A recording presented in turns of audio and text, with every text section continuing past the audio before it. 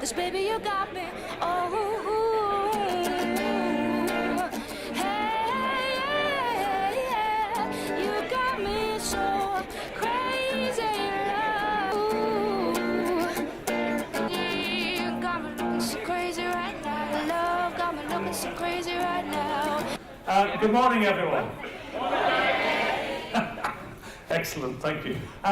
Thanks for the Academy for inviting me back to chair this. It was only in February that I hosted the launch event, which was a fabulous event, and the remains of which are at the back of the room there. If anybody remembers anybody that was fortunate to be there, the storyboard at the back of the room, it's well worth revisiting from that event.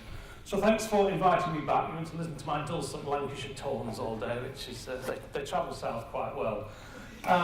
And how fantastic is this, that the NHS is taking time to celebrate the success of its leadership. I spoke to somebody yesterday and they said, what are you doing the rest of the week? And I told them what I was doing today, and they said to me, and how much is all that costing? And my heart sank momentarily. It's kind of, isn't it about time that we took time to stop and celebrate just what a fabulous workforce we've got across the... I was still saying I don't even work in the NHS anymore. I'm so wedded to the thing.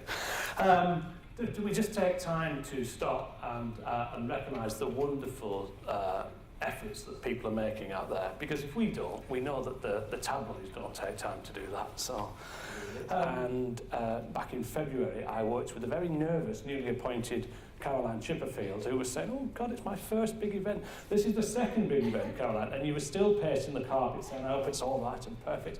I'm sure it will be, but to help Caroline, could you give her a really warm welcome, please?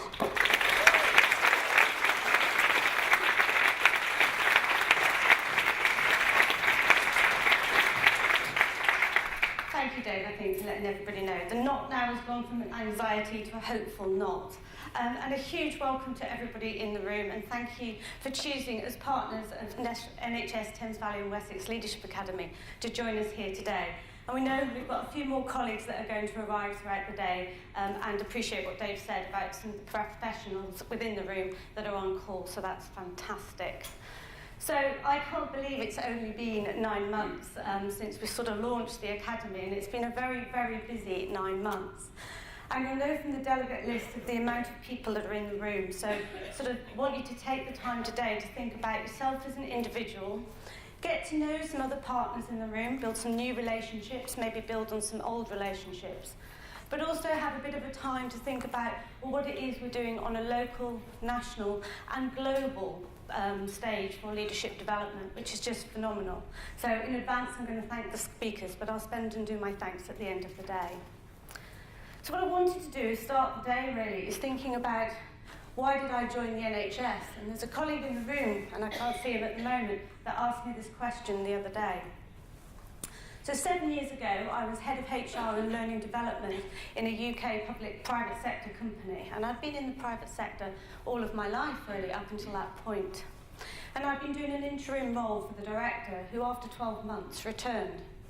So I took that as an opportunity to reflect on my career and think about what is it that I want to do.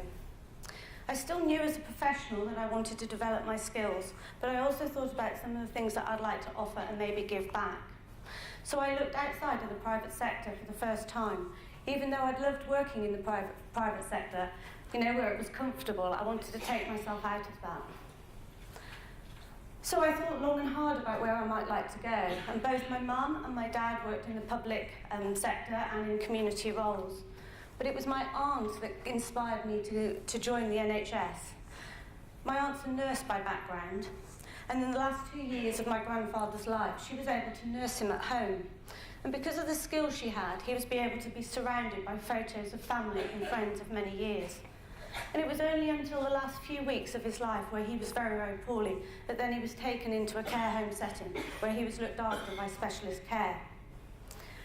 And I thought to myself, whilst I can never ever give back a clinical and look after people in the way that my aunt and those other specialist professions did, what I did fundamentally believe is that I could bring some skill sets around customer service and think about how we might want to do that and move that into the patient experience. We've all recently walked into a hotel, and I'm sure you walked into here today having some expectations. You probably expected to park, get a cup of coffee, hoped you might know a few people, but you had some minimum expectations when you walked through the door. Our patients, public service users, also have those minimum expectations, and for all of us as leaders in the room, we have a real responsibility to be able to say that yes, we can meet and deliver on those expectations. So that's what brought me to the NHS. What I'd like you to do is just look to the person on your left, if there's only one or two of you, and I'd just like you to spend 1 minute, and I can't see Nikki, but she's going to time it, I think, just 1 minute talking to that person about why did you join the NHS. And I'll just over to you for just 2 minutes.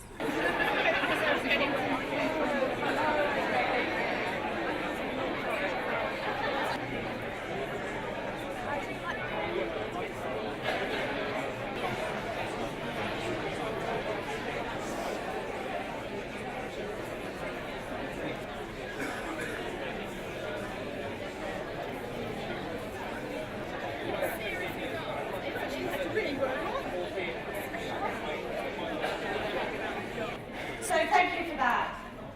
And whether you were in the NHS or not when those conversations started, what I hope that did was start to perhaps remind you of the values that brought you to the NHS, and maybe think about what was that reason way back then. And hopefully you had a conversation with somebody that you didn't know before, or that you found out something about somebody that you did know before and you've built on that. Either way, I hope you had a good conversation to get that thinking, whether you're in or outside of the NHS. But hopefully for me, that's what it's all about. It's about the NHS and keeping our NHS free at the point of contact.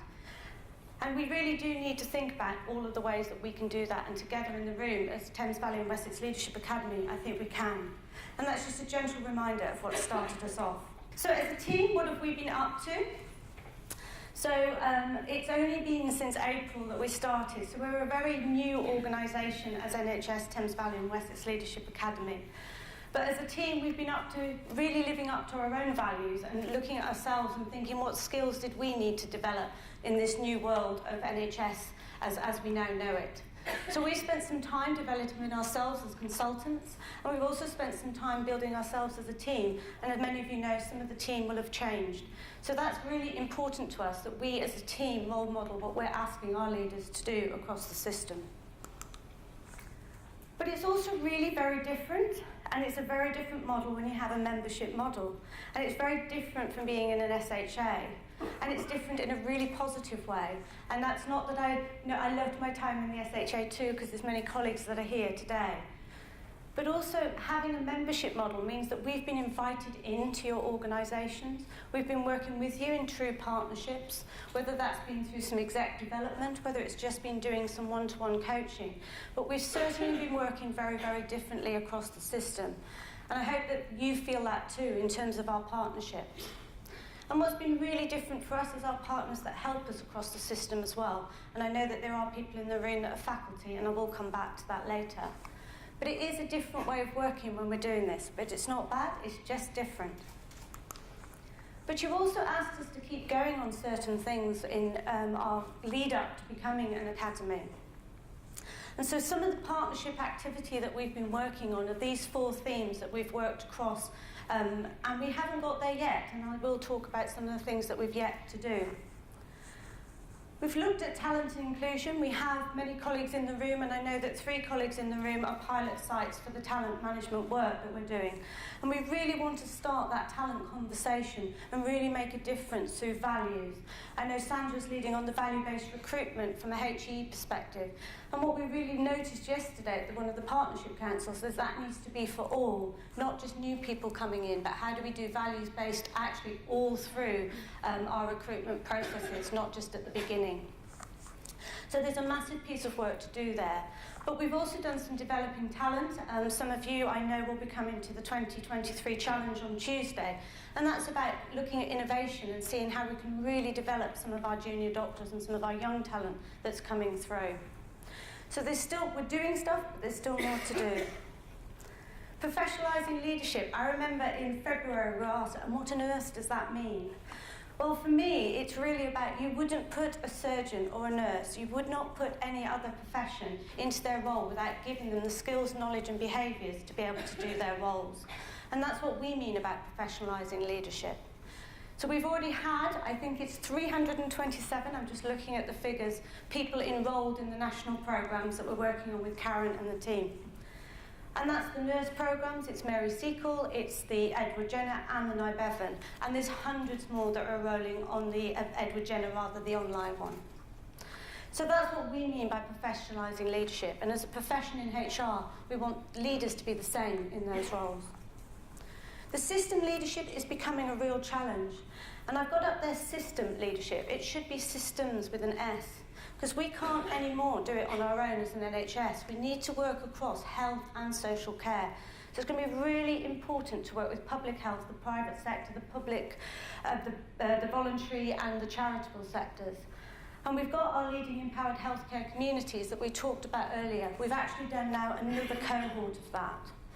And I've been privileged enough to be working now with the national team as with the LDP lead for the systems work. And I know that some colleagues in the room are going to be joining us on the launch on the 12th and 13th for the Leadership for Change programme. So we are working on that and working also with some of the Challenge Trust in the system. So it's not just about thinking about an organisation in isolation. How are we going to do that? But as leaders understand the needs of others as well. And the one big thing that we were asked not to do was to stop doing some of the programmes that we've been doing. So we still have been building capacity and capability across the system. And over the last, and I'm sure that Avril will tell me whether I've got the numbers right, but over the last 6 months we've had 293 people through our local programmes. And that's coaching, mentoring, 360s, diagnostic, fellowships, global health. So what we're really trying to do is still develop leaders within their own roles as well as doing the professionalisation of the aspiring leaders for the future. And most of you in this room are either a coach or a mentor or a 360 facilitator. So it's a we that do all of this, because we certainly couldn't do it alone as a team that we are and how small we are. So it's a big thank you to all of the work that other people give us in terms of their time as well.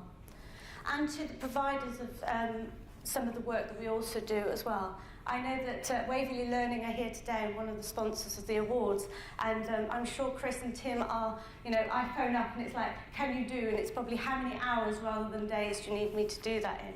And they've been really, really responsive to what we've needed to do. And other colleagues in the room too. So we mustn't forget that when we think about Thames Valley and Wessex Leadership Academy. It's not just about the immediate team, it's the whole team that are here today, and others. But one of the things that we still have in our NHS, and we still want to keep, free at the point of contact, and I don't know about you, but sometimes I get a real knot in my stomach when I think about what's happening in the press, all of the things that we get told that we're not doing so well. When in fact, actually, there's a lot of good stuff that we're doing today. And Dave's saying, somebody asking you, how much is it going to cost? Actually, there's 1.3 million people in the NHS. We need to celebrate some of the great stuff that people are doing and not constantly feel as though we're doing it wrong. Because yes, we're bound to get a couple of things wrong, but let's learn by those mistakes and let's work with those challenges. And you can see and read that for yourselves. And I'm sure many of you have. But for me, this brings it right back to the reason I joined the NHS and the things that Professor Michael West talked to us about in February. If we look after our staff, engage with our staff, build the talent for our staff, give them the skills and knowledge that they need to become great leaders, and for all of us to be able to work together across the systems, then I believe that we can do this and we can achieve it locally, nationally and globally. But we still have a lot to do. One of the areas as a team we found that actually we shared with the board the activity that we've been doing, and what it did highlight to us is actually we're doing a lot of activity with people that have got existing relationships with us, and that actually there's a big gap with some of the colleagues and partners that even some people in the room today that we're not doing as much work with. So we need to think about how we do that. So I've been busy doing my little roadshow and trying to get and meet lots of different people, but so have the team. But people will only come and talk to us in that different way I mentioned earlier if we can build those relationships with the values and the trust that we have. And I believe that that will grow over the coming years.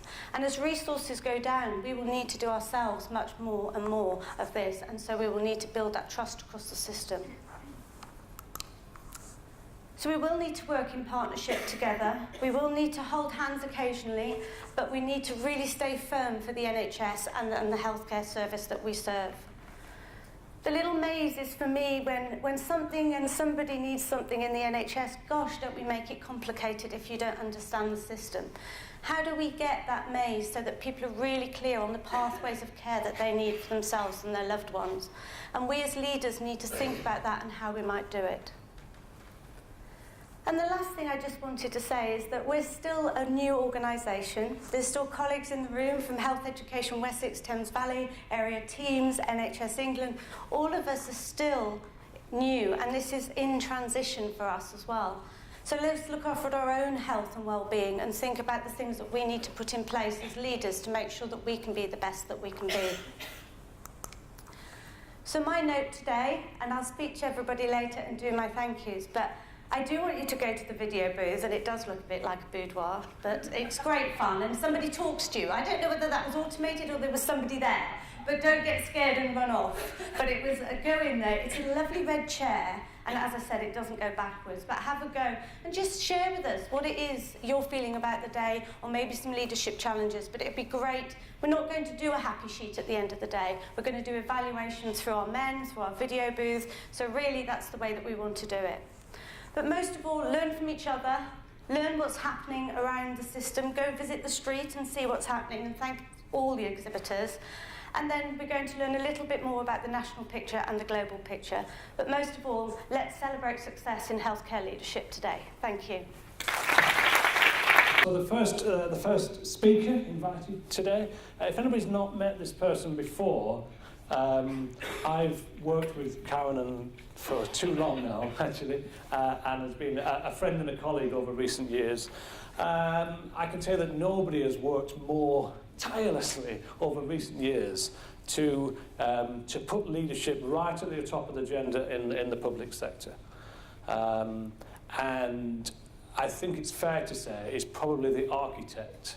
She'd be more modest and say it's my team and everything, but I think she's the key architect behind much of what's happening nationally in leadership in the National Health Service. So could you please welcome to the stage the Deputy Managing Director of the National Leadership Academy, Karen Linus.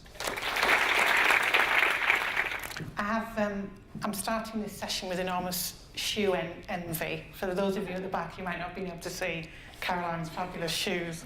I'm sheepish. Thank you so much for inviting me along today. I'm always thrilled to come to this neck of the woods, and even though I'll finish the day Friday afternoon at the opposite end of the country to where I live, I know it's going to be a great day, and I'm delighted to be here. Thank you very much, Caroline.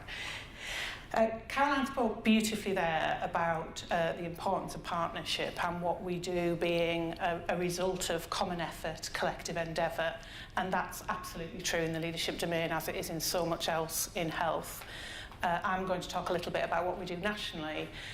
But of course, that's nothing without the local activity that many of you in the room are part and parcel of. And it's certainly what we do collectively, nationally, is nothing without the contribution of colleagues such as Caroline and our other local delivery partners.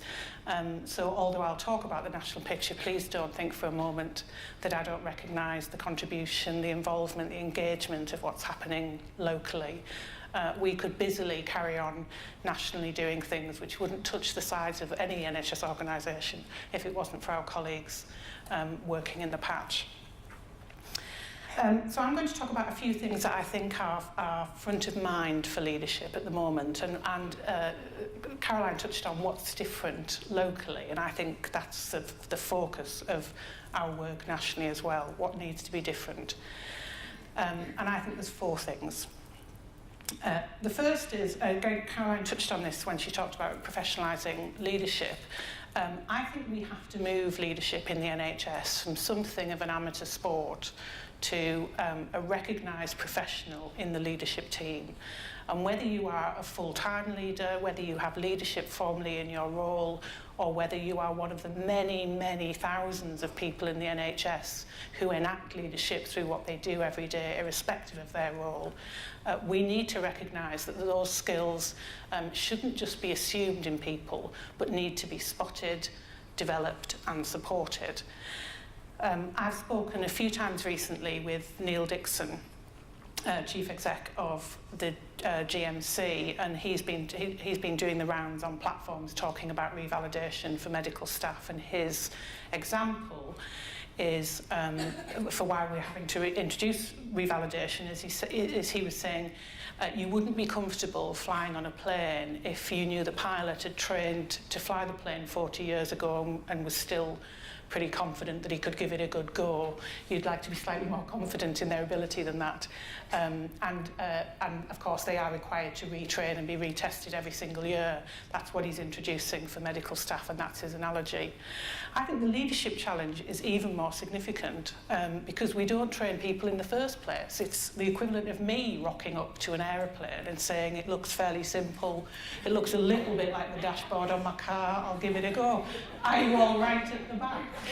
And yet that's what we ask our leaders to do. We ask them to step into positions for which they are not remotely equipped, not because they're not fabulous people, but nobody sat down with them and said, these are some of the skills and knowledge and experiences you need to have to do this job well. And then of course we sit back with our arms folded, and if they do fail, and of course sometimes people do, we put their head on a stick and we vilify them for failures that they've made in their role, whether the role is a really significant organisational role or whether it's in a team.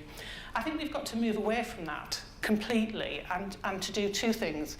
One is to make sure that people are properly trained, and that's absolutely central to the work that we're doing at the Academy with colleagues like Caroline, offering people very robust, very expert training in order to allow them to acquire the skills and knowledge they need to be a leader. And secondly, we need to be much more comfortable having conversations with people around their not yet being ready.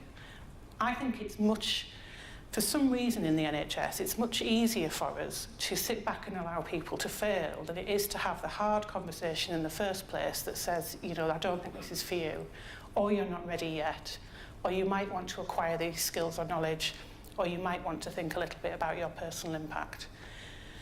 So our first initiative and the drive that sits behind what we do is to move to a professionalised leadership cadre in the NHS that says you take on these roles because you've demonstrated your fit and proper readiness to do so.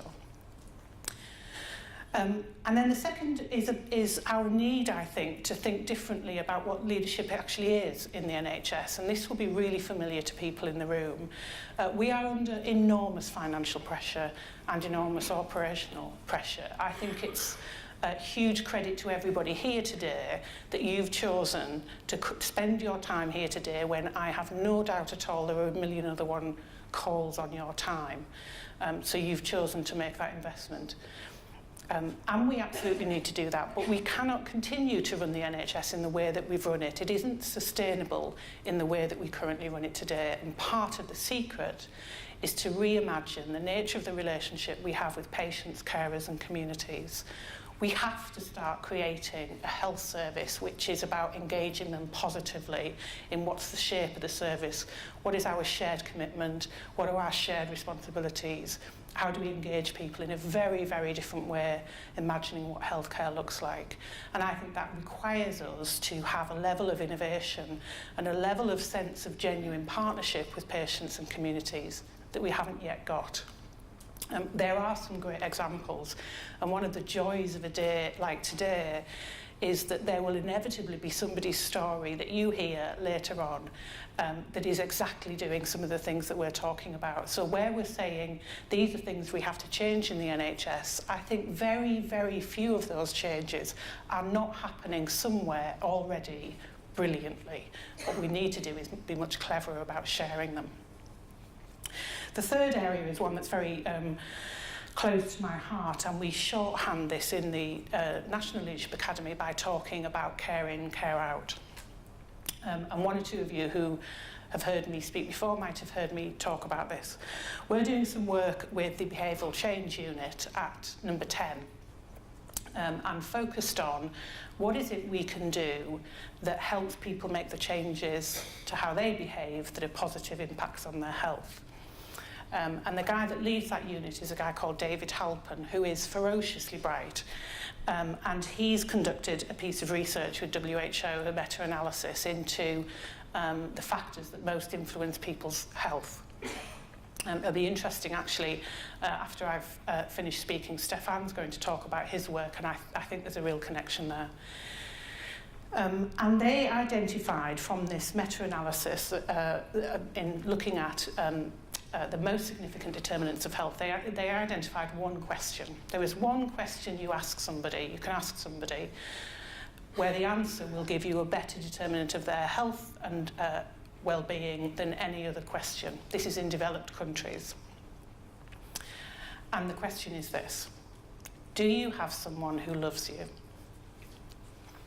If you can answer yes to that question, your life expectancy, your progression through periods of ill health, morbidity, mortality rates are significantly different, statistically significantly different.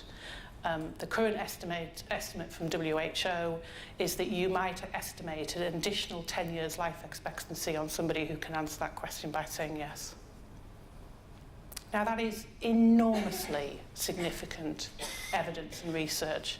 I think it's less well shared because it's an incredibly difficult question to make money out of. I think if there was a drug where you could say taking this drug gives every individual that kind of change in life expectancy or progression through ill health, we'd have a much more enthusiastic response to the data. But what we've been looking at is, so what are the implications of that question on us as leaders in the health system? And it boils down to something like this. What we want our patients and communities to experience from their health service is something of that care, that precious care, that holding and that love that we know will make a difference to their health. We know how clinically well to treat them, and this is about the wraparound care that we provide people that helps them progress through their care in a much more positive way. The challenge for most of us as leaders is this. Many of us in the room will not provide frontline care. We are not there on a daily basis for our patients. Many of us in the room will not be people who have the emotional labour that's associated with direct hands-on patient care. But we do have staff that do. We do work with people that do. And our responsibility is to create an NHS environment which allows those people to care, and we do that by caring for them. By, dare I say it, loving the staff that we now need to love our patients. Not just because it's about providing a more caring and compassionate service, but because we know it makes a difference. We know it makes a difference to people's health and well-being. And we can't ask our staff to give of themselves every single day relentlessly in difficult situations and to give of themselves in a very caring and loving way to our patients if they themselves don't feel cared and loved in return, if they feel that it is a one-way street for them. So that's the third area. The fourth area is this, and this is a tough one because I recognise there are some experienced faces in the room. So I'm going to talk about some difference that we need to have in our leadership communities, but to do so whilst I'm holding respect for people who are already there. I mentioned that the future needs something different from us than the past. And I think we need to look at ourselves as NHS leaders. The challenge for many of us is that the role models that we need to create that difference in the NHS are not there.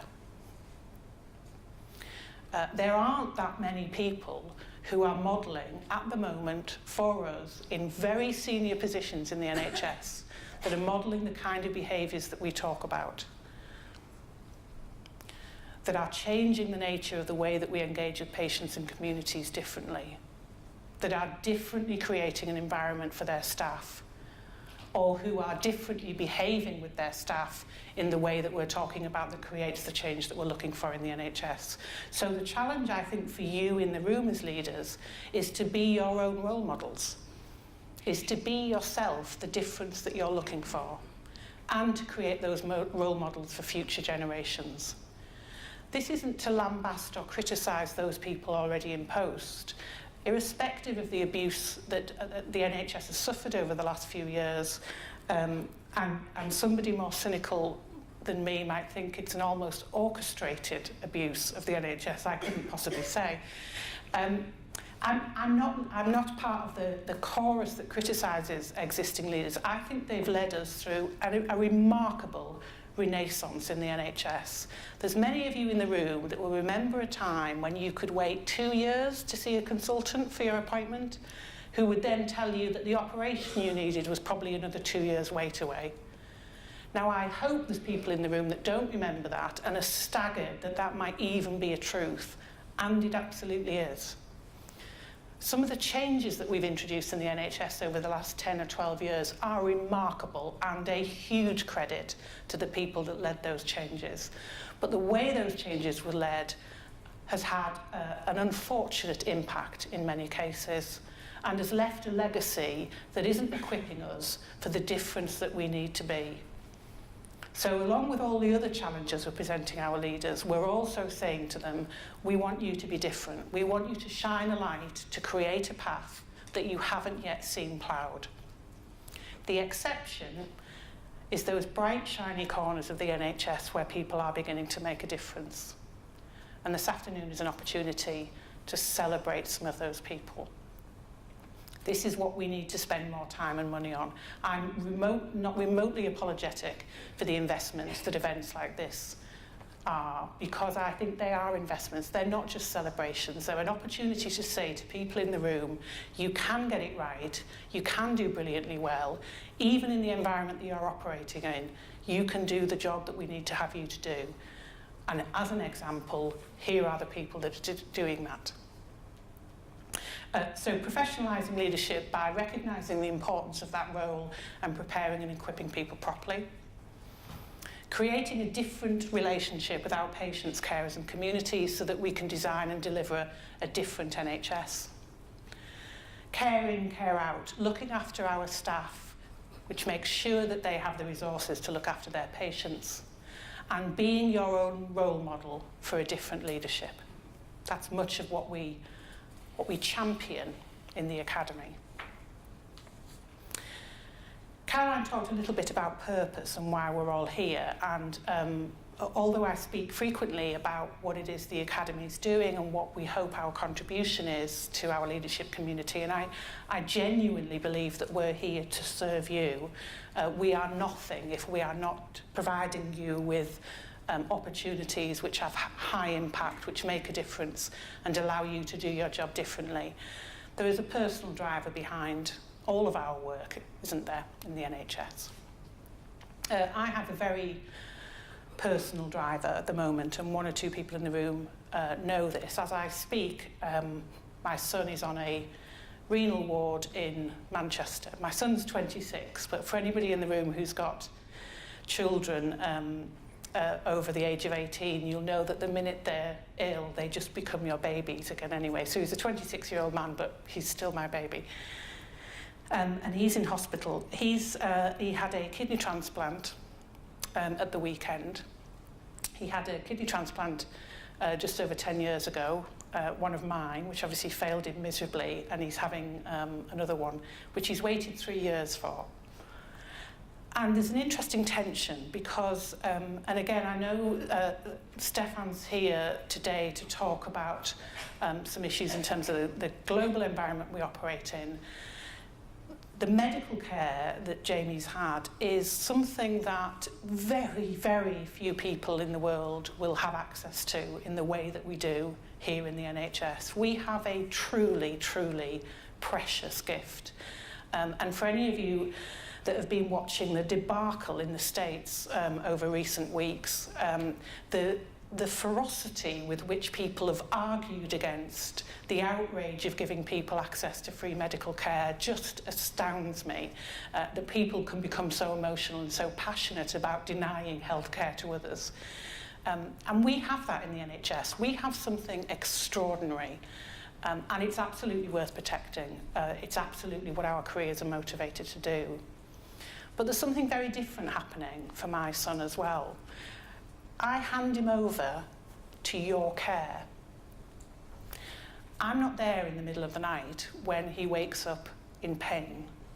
And I want to know that he's being looked after, not just that his pain's being treated, but he's being responded to by a gentle touch or a kind word, a loving warmth that I'm not there to give him because I've handed him over to your care. And I want to have as much confidence as a mother that the clinical and medical care he gets is surpassed only by the loving, tender care that he gets on the ward. I don't need research evidence to prove to me that the way you speak to people, the environment you create for people, the way you hold people makes a genuine difference to their progression through ill health. Because I've lived with that for the last 26 years. I absolutely know that to be true. And I absolutely know that the nurse that provides that care to him at 2 o'clock in the morning, when I can't be there, needs to feel loved and cared for too. She needs to know somebody appreciates what she's doing.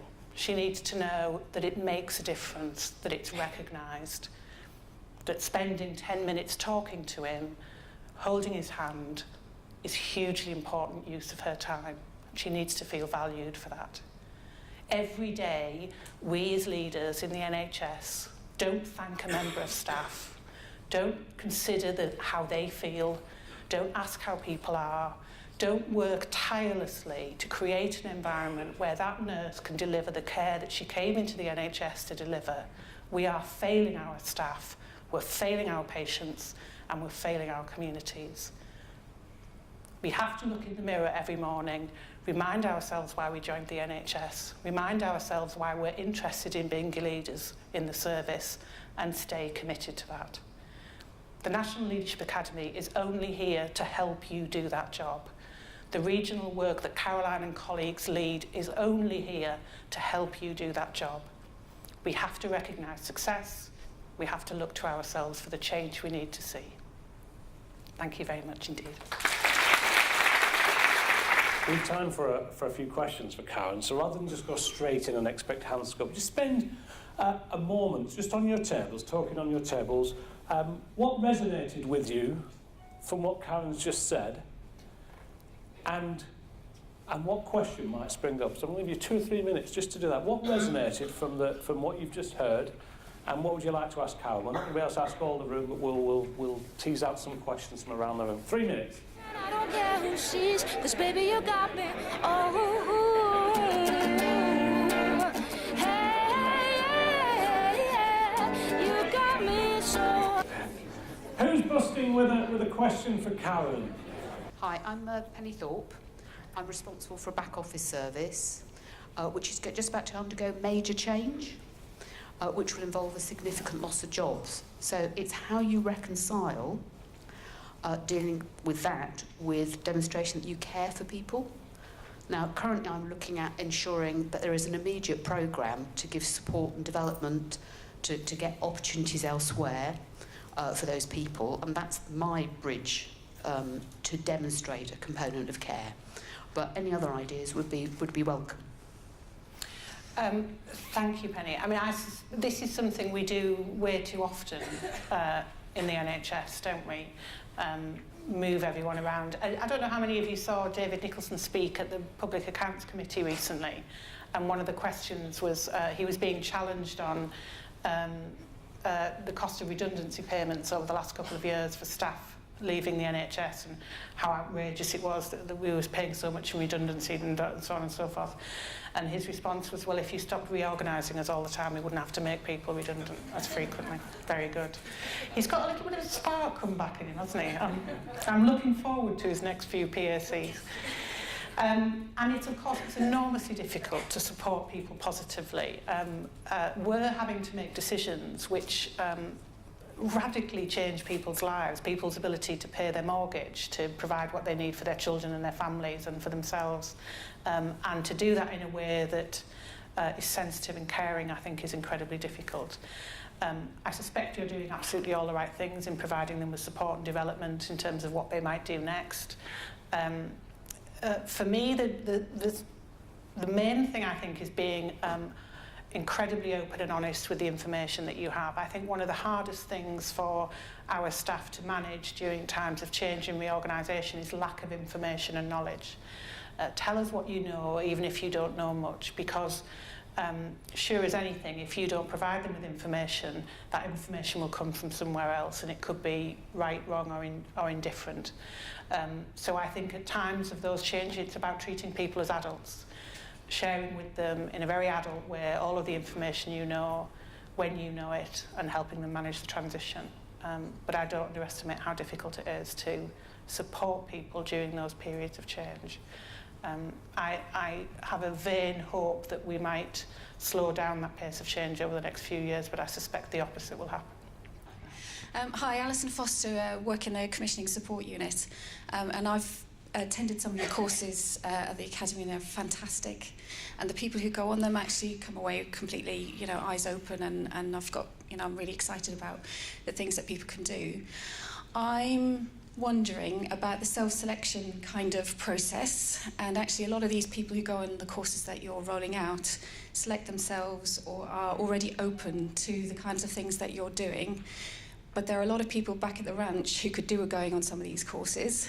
I'm just wondering how you get those particular people to go. What are you doing about that? That's a great question, thank you, Alison.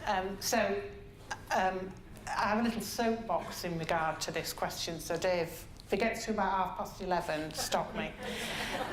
Two quick things. First of all, one of the things that the National Leadership Academy with local development partners, what we're able to do now is something that we've not been able to do for many years, and I've been desperate to try and do this, which is to offer development at really significant scale across the NHS. And credit where it's due to NHS England in investing in leadership development really significantly at a time when it will be very easy to say, that's a privilege we can't afford. So I think the one answer is scale. If we get as many people as we can, like you, Alison, in the room, supporting them and developing them and helping them be even better at what they do, I think that's where we have the impact in the NHS. The danger is where you offer exquisite development for somebody and you put them back into an organisation of 10,000 people and say, now please make it all better. So we're trying to offer that development to people at pace. The second bit I'm going to be quite robust about. I've sat in lots of rooms providing development support for people, and the person who sits at the back like this, with the face on,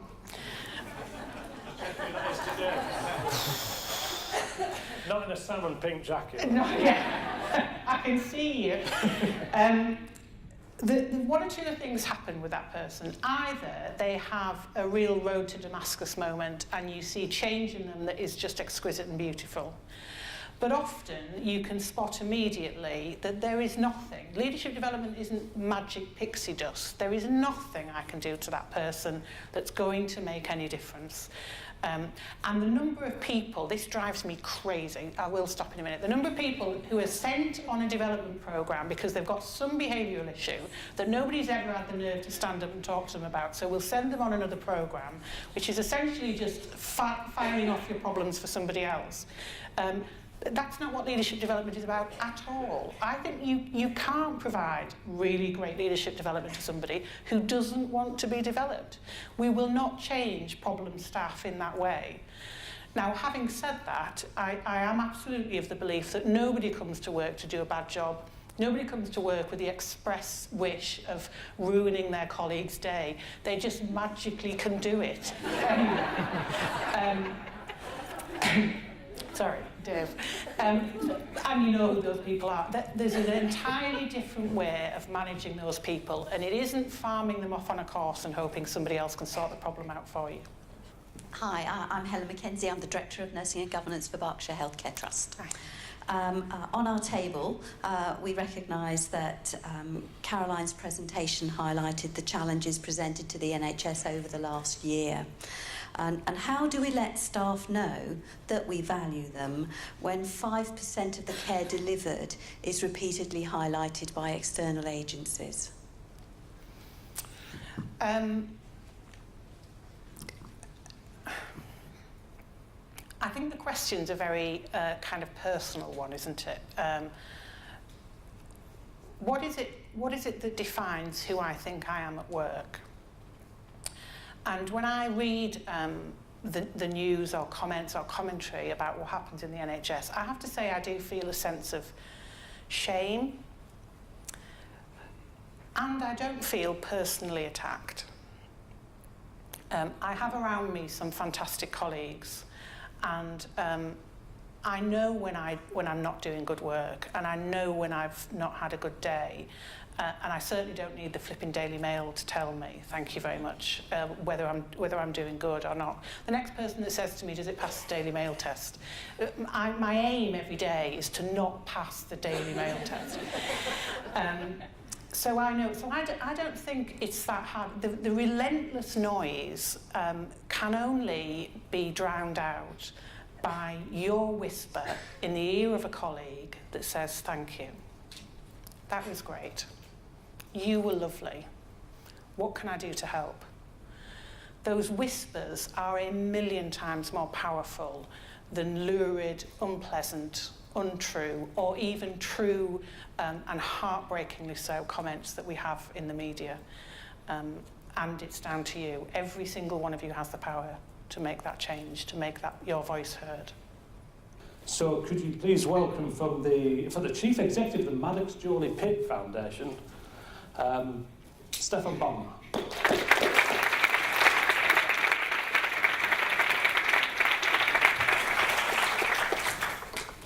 Thank you, Dave. Love the shirt. And he is right, actually. I am suited and booted, and it's actually much more comfortable if I were to take off my suit and put on my outfit, my real gear. Dave, but you've got to mention three important things. A, I'm Canadian, and we know we always have to say that because we always want to separate ourselves from our southern neighbors. And I'm from Quebec, so if you hear a little accent, it's my hometown. Two, I am not here to criticize the NHS. I have no reports, I have no negative reports, I only have wonderful and positive comments about our relationship with the NHS, and it's quite interesting because living in Southeast Asia and following the BBC, and if you scroll down at the very end, you'll always pick up these comments or negative comments towards the NHS. I'm saying, where did this come from? I have wonderful NHS fellows working in Southeast Asia in these rural, isolated communities, and it's wonderful. So for me, I'm not here to deliver a negative report. Just really positive comments. The third thing I really want to stress is I really am pleased that I'm here because I thought before coming here that I was going to be detained by the Cambodian authorities. The them. So if you look at you, me, us, and them in terms of partnerships, I thought that them was actually going to perhaps detain me. Why, you may ask, and I'm going to detail my experience just before arriving here. 1 week prior to getting on that plane, I was in the field and I caught our partners, local government partners, in a corruption scandal. And as I exited the field and the jungle, uncovering and discovering what they were doing, I had Radio Free Asia right there with the camera journalist saying, "What did you just find?" And you, as a CEO of the organization, you need to maintain and create partnerships. Many, many partnerships, and very different partnerships. Because you're responsible for you, the NGO, or me, the NGO, you, the business, them, the government, and then the plus multinational organizations, USAID, DFID, AusAid. And your goal, your objective is to connect all of these components to create the community or the team. One family, one team. That's your objective as a project leader, CEO, CFO. And there are some days you feel, well, I feel, like I've been placed in a fruit smoothie blender, going at high speed, swirling around, and you're trying to reach out to the Mr. Raspberry seed, and to the banana slice, and to the pineapple slice, and you're trying to reach out to all these pieces of the fruit, very different fruit, and at the end, you still want to make sure that you're coming out with a rich, creamy fruit smoothie. Because the client, or the patient, or the poor villager, they are expecting a fruit smoothie, right? This is what you have to create. But to get there, you need to nurture, you need to maintain it, create it. So yeah, there are some days where it's extremely challenging to maintain or to create this partnership. And let's talk about partnership. And I searched around for different definitions or different visuals of partnership. So I came up with some. Look at this one. This is what I call the command and control light. How some people define a partnership. Come everyone and follow me, for I have a dream. That's right, I have a dream, and that dream is that everyone follow me. It's the command and control but light. Versus the command and control the dictator. And we've all experienced this. We have. I'm looking at some people in the audience nodding their head. We've all been through this. We have. But then we have the partner light, or the leadership light, a little California-ish bit, where everyone's coming together and they're leadership-less or partnerless, where everyone really, they don't really understand the destiny or the direction that we're going, but they know that there's a community of leaders, right? We know that. Sorry, I think this is going a little too fast. So another partner is the X Factor part. I know the UK X Factor is very big here, so I wanted to identify the X Factor, and it's strange because the X Factor, and I represent the MJP Foundation, and the question that I always ask myself as a CEO is, why is someone wanting to partner with me, with MJP? Is it for the glam and the glitter? Why do I want to partner with another organization? Am I attracted or am I seduced by the size of the organization, by the power of the organization? Sometimes we're all seduced. Let's face it. We're all seduced by this, by that image, by that X factor. We don't really understand the true values of that person or that organization, but we are seduced. Now, I've taken that fish, and I've given this fish a human form. Now remember, ladies and gentlemen, I work in international human development. So when I get partners in the field, or I'm hoping, especially their development partners, that they really are leaders in the field. But over the years, I've been doing this for 22 years. Starting when I was 26, and I'm reaching my 40th year, 22 years of working in places like Iraq, Afghanistan, Ethiopia, Kenya. I've seen it. And over the years, I've created this Mr. X Factor. And this Mr. X Factor, an example is an image, it's a facade, that I think I'm getting this person, this leader, who looks the part, coming into the field with his Nike or Timberland boots. Because someone who's a field-based practitioner or leader, you're expecting them to come with boots, not a suit. And yes, the image is there. The Timberland boots are there for the field walks. The computers are there to document everything, to create wonderful policies and procedures on how we are going to eradicate, alleviate poverty. So again, the image is there. And of course, the moment they step foot in a place like Bangladesh, Pakistan, Afghanistan, Iraq, these human development practitioners will check into the 5-star hotel. That's a reality. Now, believe me, I also enjoy stepping into the 5-star resort. I'm not going to lie to you. And to have a wonderful hot bath or shower anytime. But this is what's happening. There are two worlds. The leader's world, that leader's world, and this world. And the gap is growing between their world and our world. And this is the world in terms of Cambodia. Again, you can take this can be Cambodia, this can be South Africa, this can be Kenya.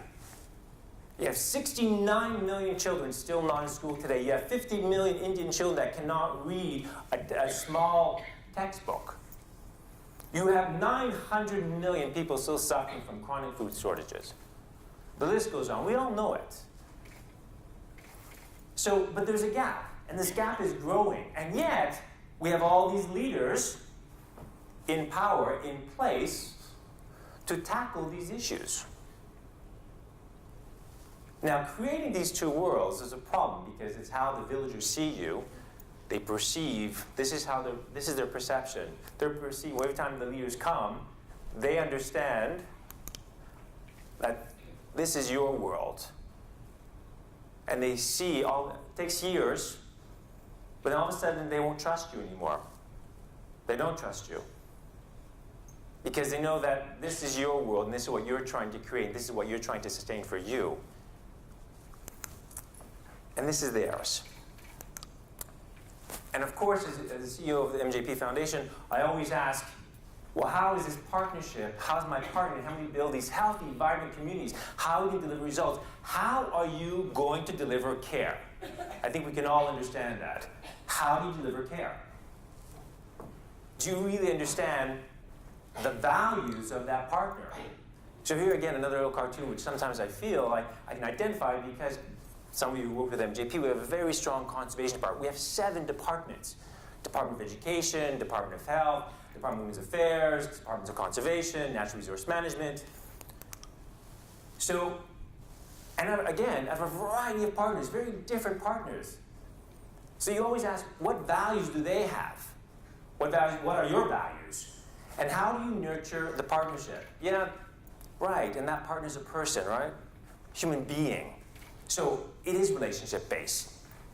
It is all about relationships. And relationships mean feelings. I know I feel like I'm coming from California, where it's so fluffy. It's like the happy index. You know, we've created this thing called the happy index factor. And they had a conference in Thailand. And they were trying to move away from GNP to create the gross happiness factor. And you're around the room and it sounds so fluffy, but it is so true. I look at all of you and we all, when Karen gave her story about her son, that's right. We're all human. We're all humanists. We can feel. So how much time, as a project leader, department head, are you spending nurturing the partnerships, the variety of partnerships that you have across the NHS? How are you describing the vision of the future? And how are you enabling your partners to reach their higher goals? There are millions of books on partnerships and leaderships in Amazon.com. millions, with some really catchy titles. And I was sharing them with Fleur, and also on Wednesday when I was with our partners, saying like the bold partnership, the partnering intelligence, the bold leader. And sometimes it's overwhelming. We made something so complex. It's supposed to be so simple. And this book by Monroe Leaf that was given to me by my parents, this American author, created a very simple book. Very simple. And I use this book because I can, where it says right here, this is really a book about how to have the most fun in living. And it doesn't matter whether you're a boy or a girl, a man or woman, the rules are all the same. It doesn't matter if you're CEO, CFO, janitor, nurse, GP, pediatrician. We all have a set of rules. And this book, for me, is a recipe, a partnership recipe. You have to be honest, fair, strong, and wise. And we all kept mentioning the word honesty, trust. But sometimes when you read these books like The Partnering Intelligence or The Bold Partner, you get lost in the vocabulary. You get lost in all these terms and these concepts when you can just go back and say, what values do I have? Added to that, what are you bringing to the partnership? This is something that I've created along the line, my vitamin C. Every morning, you put your vitamin, you take a little sachet of vitamin C, put it in your water, you stir it up to start your day. Because to be really honest, sometimes it's really difficult to fight poverty. Sometimes it's quite exhausting to continuously fight poverty. Take your courage, your compassion, your commitment, your creativity. And I added, this is new that I've added, the community component, communal values. Because creating partnerships, or having a partnership, you have to remove the I. And as Monroe Leaf said, I am, you have to remove that. And if Monroe's too simple for you, you say, oh, that's too simple. I need to get it, I need to follow some other model. Well, what about Peter Drucker, the famous American management philosopher, where he says it right here, the leaders who work most effectively never say I. They think we, they think as a team. They accept responsibility. This is what creates trust, what enables you to get the job done. So you have two authors, Monroe Leaf or Peter Drucker. So let me tell you, this is my partnership ship. You are working in very limited spaces with a variety of partners. And that boat at times is very small. And you really need to get along and work with your partners to get the job done. The famous author of Little Prince said, if you want to build a ship, don't drum up people to collect wood and don't assign them tasks and work, but rather teach them to long for the immensity of the sea. I'd like to add something with John F. Kennedy. It's just not about teaching, but also learning from others. Leadership and learning are indispensable to each other. So yeah, it's about teaching, reaching out, coaching, mentoring, but learning from each other. And yet we haven't mastered that because we go back to the original definitions of partnership and leadership, the command and control. Sometimes it's command and control light, sometimes it really is the heavy approach. When we talk about this, go back to Monroe Leaf, leadership, partnership, sharing, teaching, learning, sharing. We call it collaborative partnerships and collaborative leadership. Again, we say collaborative leadership, but just share. Are we sharing information? Are we being honest? Treating each other like adults. Like Karen was saying, are we treating each other like adults and sharing the information? Sometimes it hurts. And sometimes that's not what you want to hear. But we need a different approach. We need to start reflecting on how we deal with each other. Because working international human development, when you are trying to fight poverty 24/7 and trying to save lives, I'm not a doctor, so I don't have an operating table, but I do have a theater, an operating theater, and that includes in Cambodia 10,000 people. That's my theater, where I'm also trying to prevent the death and trying to save lives. The old model, the command and control, is not effective. We understand that. We know that. Working as a team and creating that community is what brings results. And I can honestly share with you, we've had some fantastic results working with the NHS. 5 years we've been working together. Of course, when you look at results in the field, you look at the hardware, right? Building, infrastructure.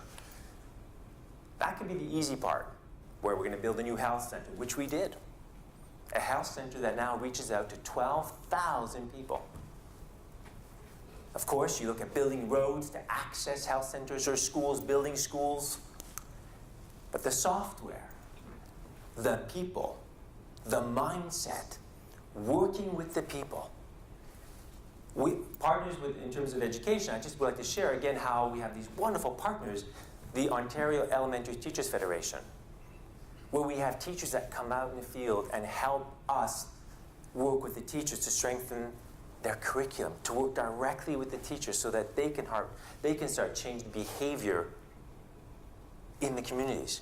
And this is a launch we've built and opened up the first preschool in the region through collaborative partnerships. Agriculture, working with the Australian Centre for International Agriculture Research. Again, these fantastic partnerships, challenging, but these great partnerships where you can create results. Again, pigs, profits, and proteins. Being creative in the field to deliver results. Going to the NHS. So, we've been celebrating 5 years, Fleur, 5 years, Caroline, 5 years now, working together in the field. Mom, Mobiles Uniting Mothers.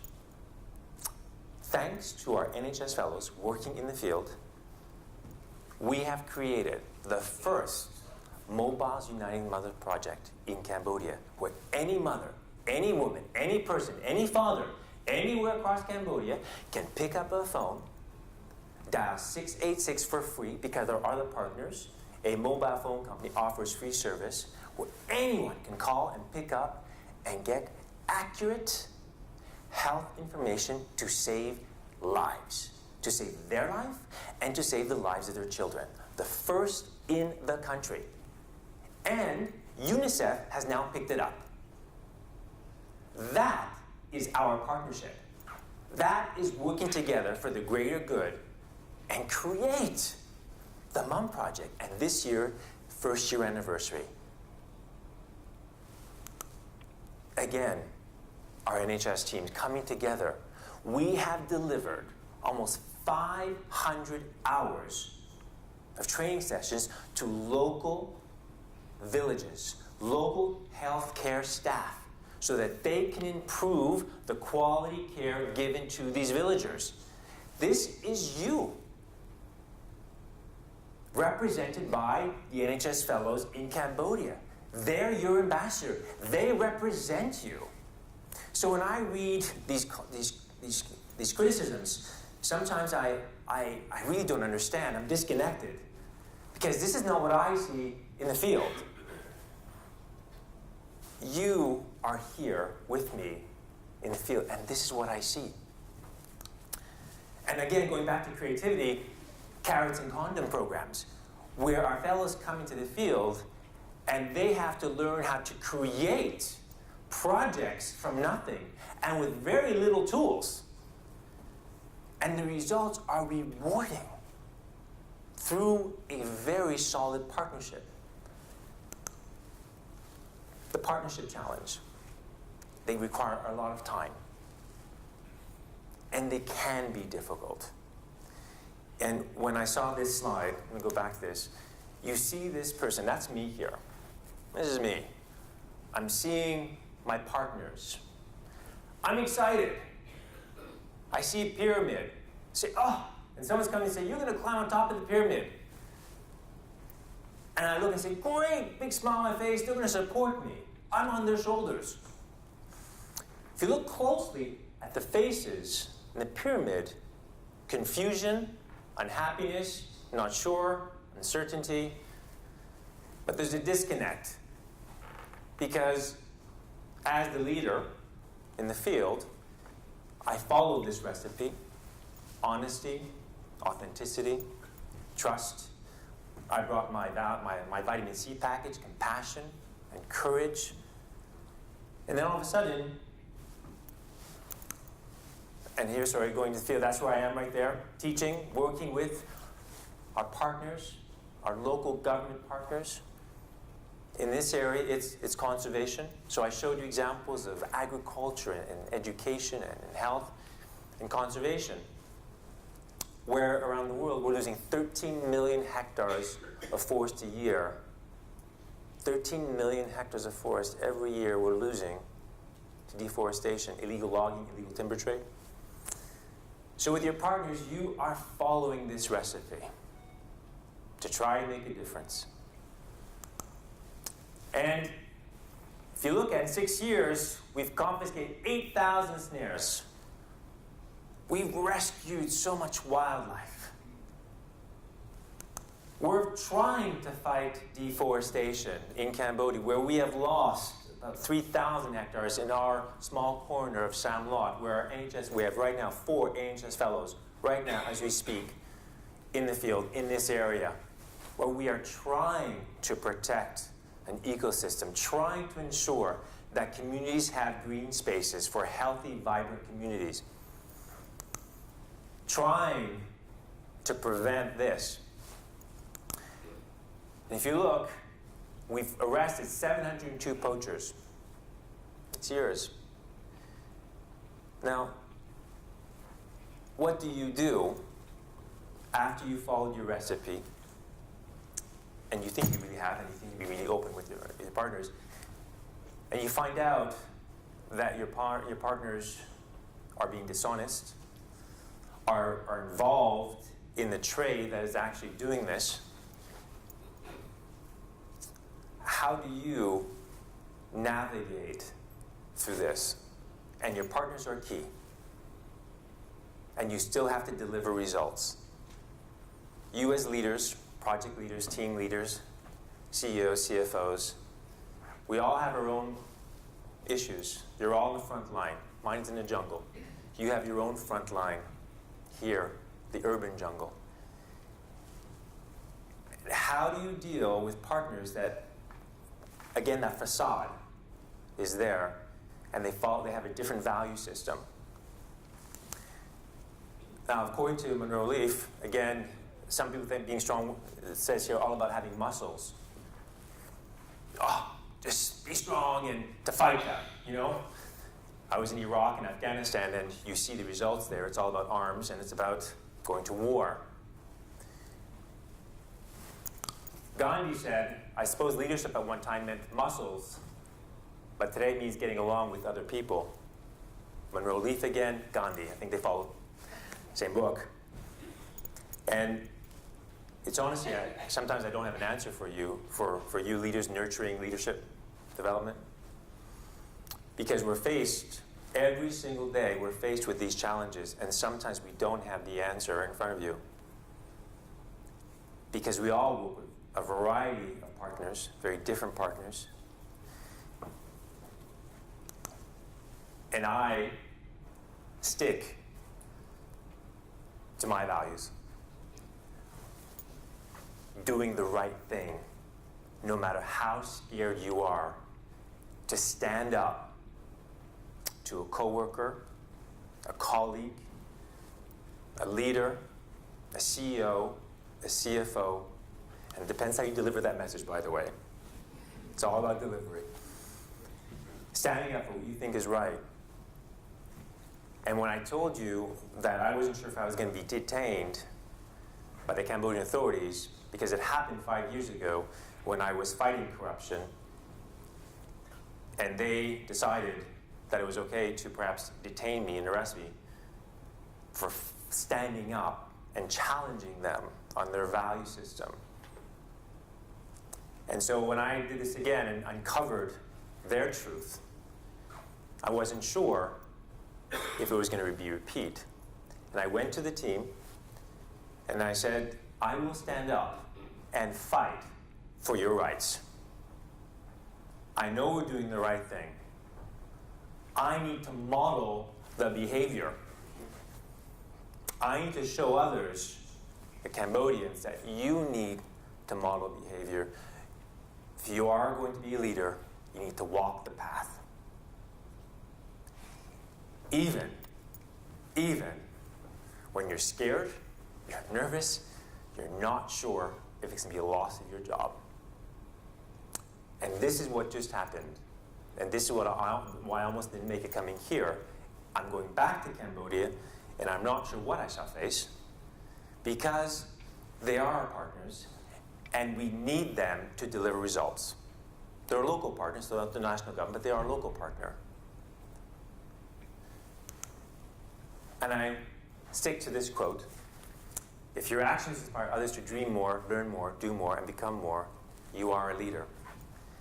And this is what I'm trying to show our teams in Cambodia, or show others wherever I travel, wherever I work, is that as a human being, forget the leadership component, as a human being, we should be inspiring others to help realize their dream.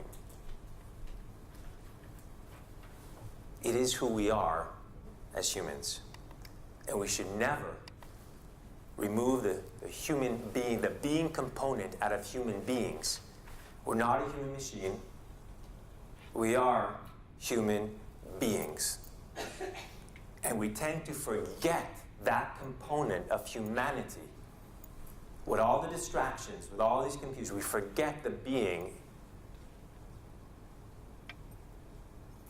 And I'm asking you to put it back into the equation. No matter how difficult or challenging our work environment is, you have to help others and yourself. Inspire, dream, hope. Hope. When I go in the field, no matter all this devastation, destruction that I see, I never give up hope. There are difficult moments, and maintaining these partnerships are difficult.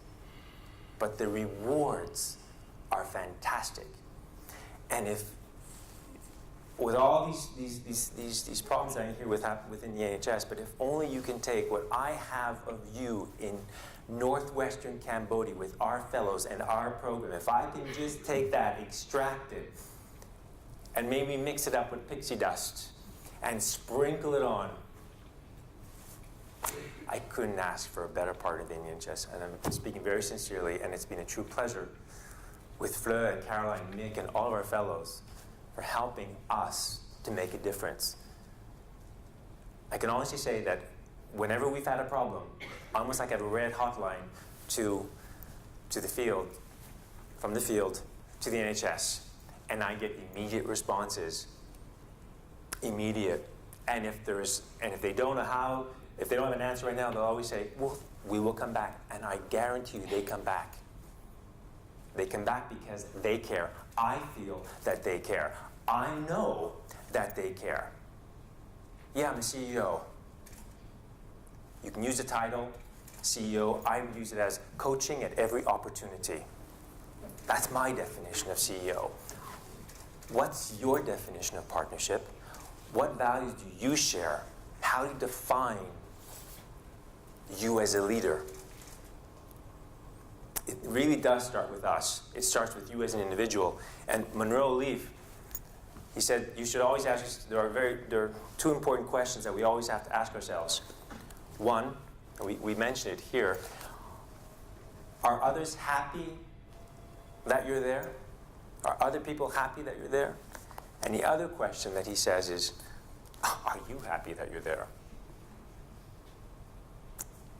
These are the two fundamental questions that we need to ask ourselves to make a difference. Thank you. What resonated? What questions have you got? Yes, thank you.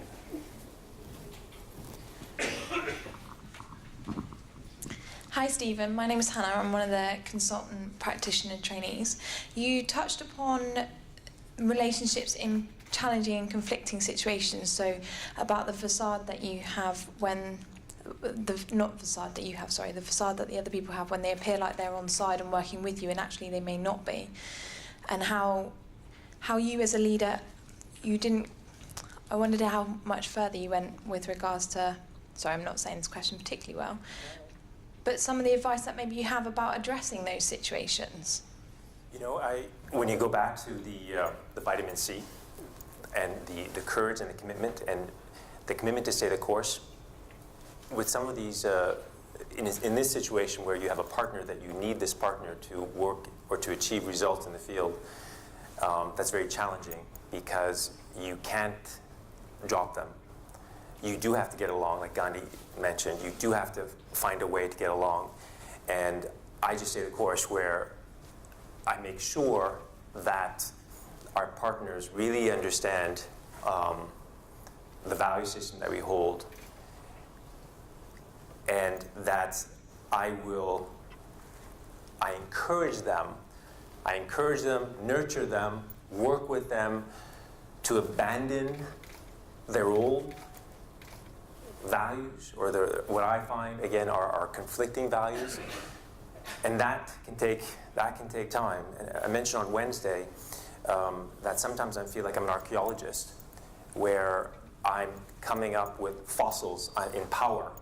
They're fossils in leadership, and they've missed the evolutionary track, and they're stuck. And again, it has nothing to do with age. They're just stuck. And you as an archaeologist, you have to, and you respect, right, fossils. You respect them.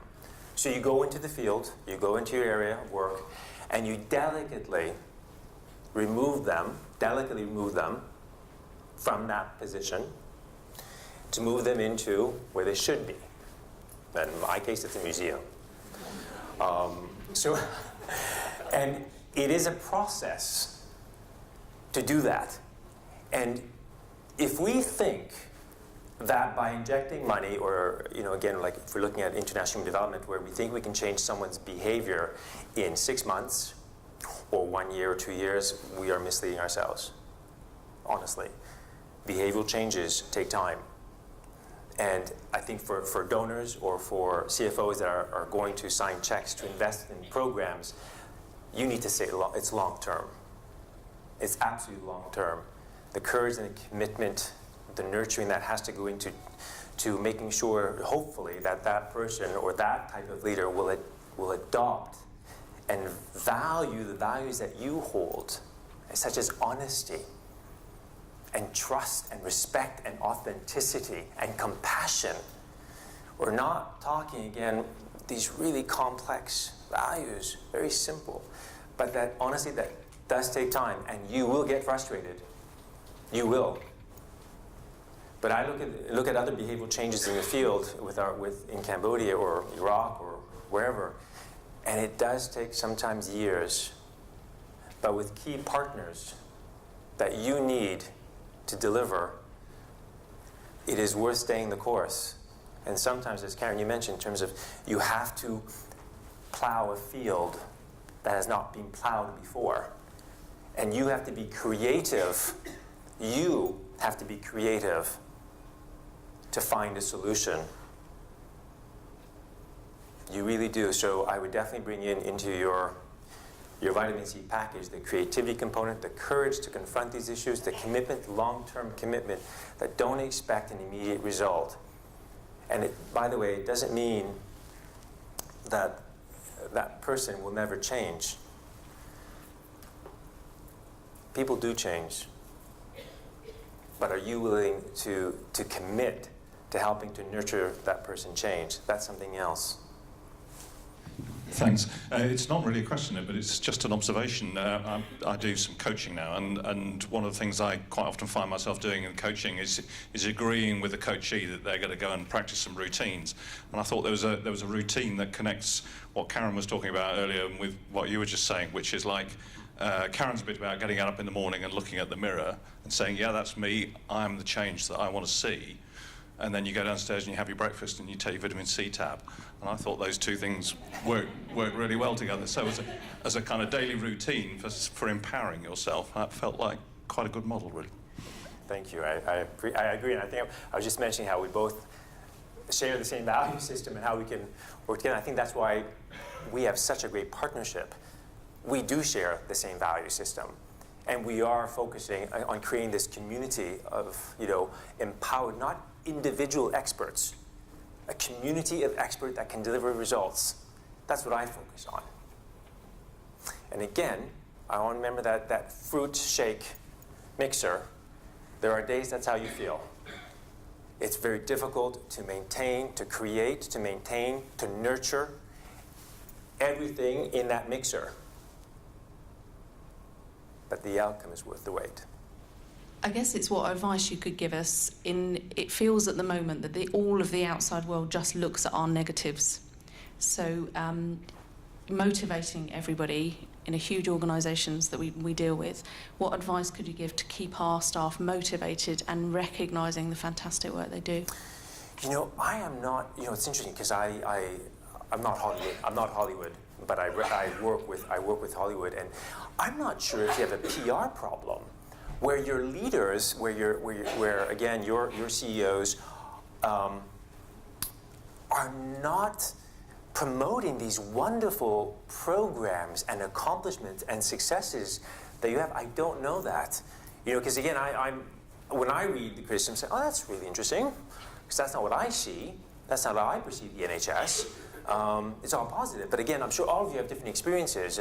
But in terms of the grander picture of the NHS and how the world sees the NHS, I would go back to your top leadership, and how are they promoting the NHS, and how are they making? Again, I have many problems with. Again, when you look at the teams that I'm at, I have 100 employees, working in Cambodia. And again, it's challenging internally with our employees, and we've made many mistakes. Many mistakes. But I guarantee you, I will defend the teams. I will stand up to the teams. I will support the teams at all costs.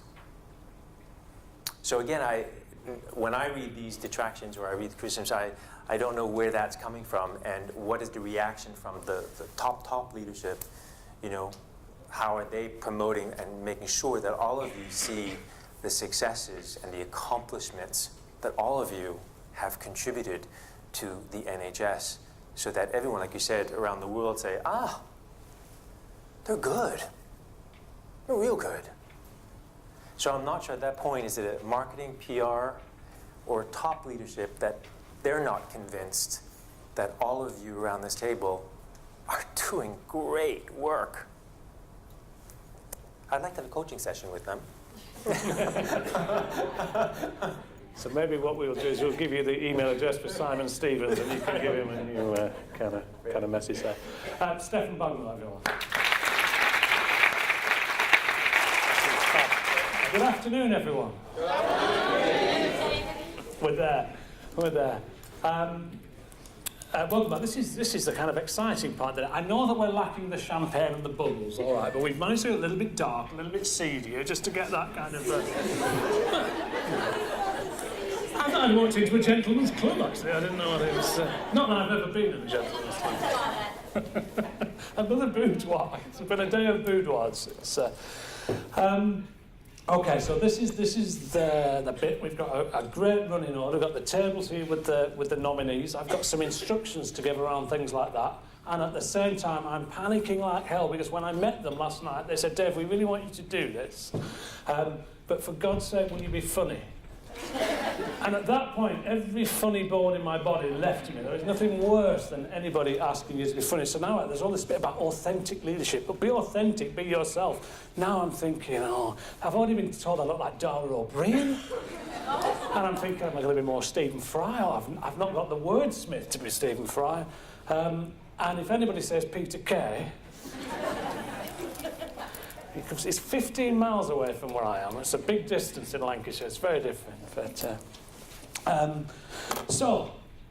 There's some duties to cover. So we've got these people on the table. So if you've been nominated, just wave to me a moment.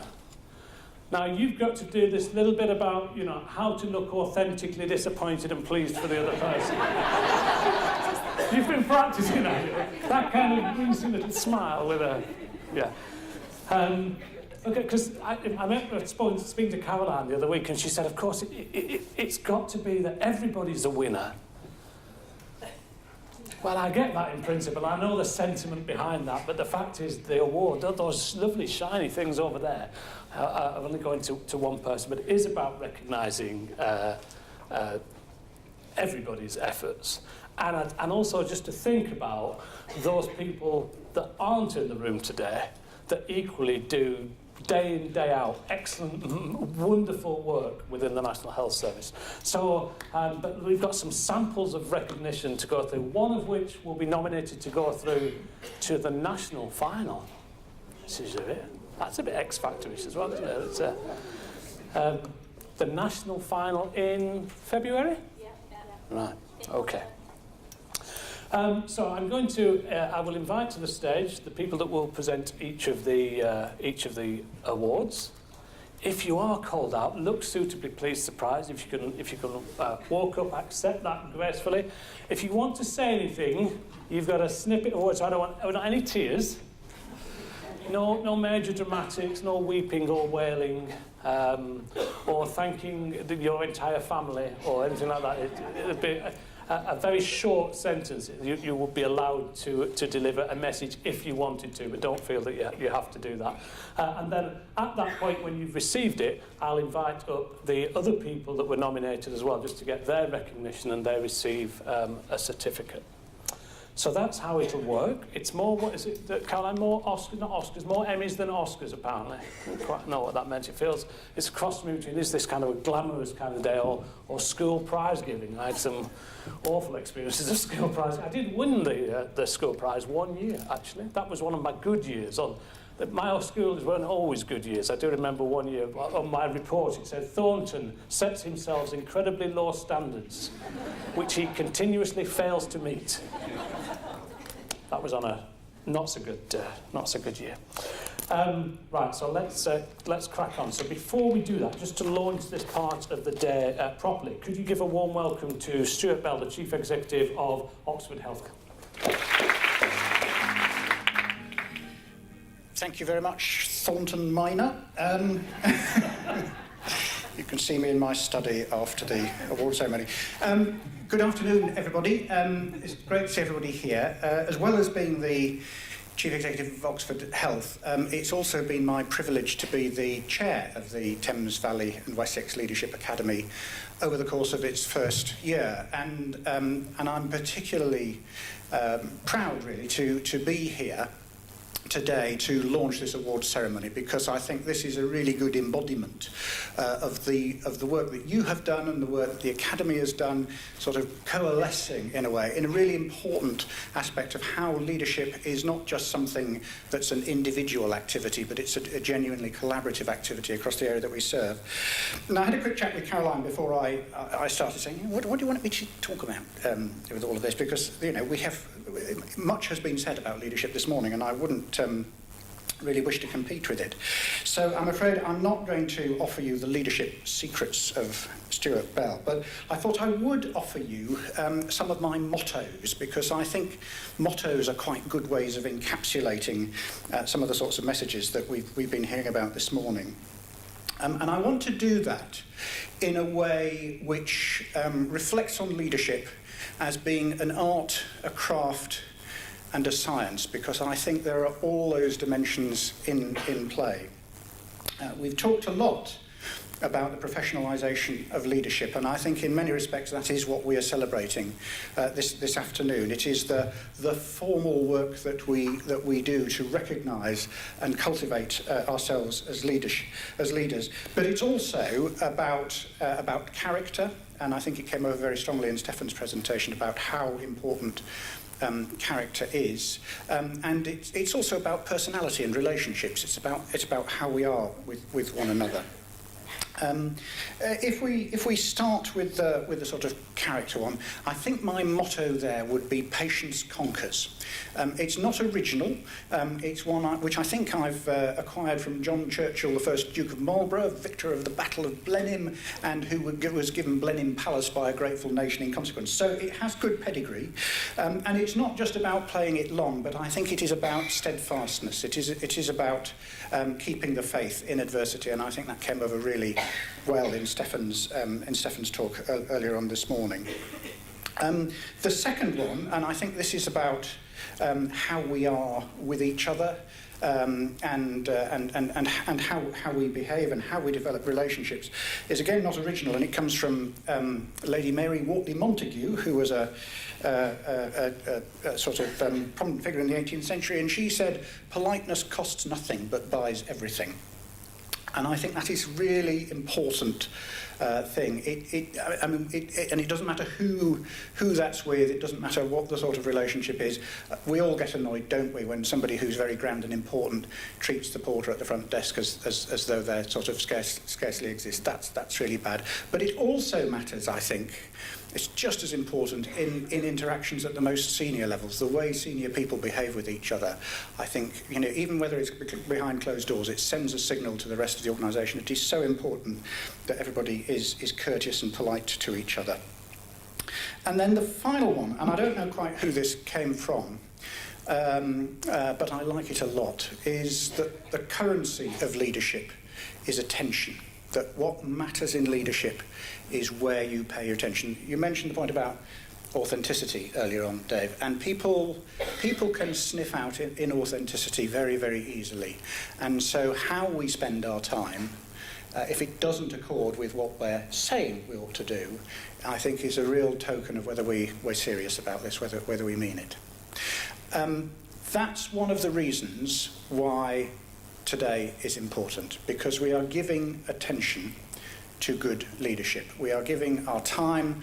Yes, there's the issue about these impossibly glamorous surroundings, which certainly beyond most of my experience, but it's good. It's good that we're taking this opportunity to celebrate leadership in this way, and this is your leadership in the room, and it is our leadership in the room. And I think one of the things that I've really come to realise in this first year of chairing the Thames Valley and Wessex Leadership Academy is how important the maintenance of those relationships at a local level are. If part of what we are is character, and another bit is about the technical development and the professionalisation of leadership, the character is obviously with us as individuals. That technical development is something that you can do at a national level. But if it is about relationships, and if it is about personalities and the interaction of those people, that has to be done in the context of a system, of a place, of a network. And that, I think, is part of the vital role that the regional leadership academies can really bring to bear if we are to develop and cultivate leadership in the round, if it is to be about the art, the craft, and the science. But most importantly, I think it is about giving attention to good leaders. So it's really great that everybody is here today to have that recognised, and I hope that we will all participate boisterously in celebrating it as we get through each of the award categories. So with no further ado, let us press on to those, Dave. Thanks, back to you.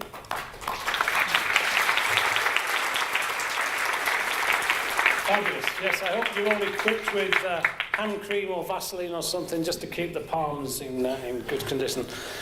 Plenty of applause expected. So let's crack straight on this. So the first award is for the Quality Champion and Innovator of the Year. Wow, we're expecting the winner of this to fly out of the audience on a jet-propelled backpack.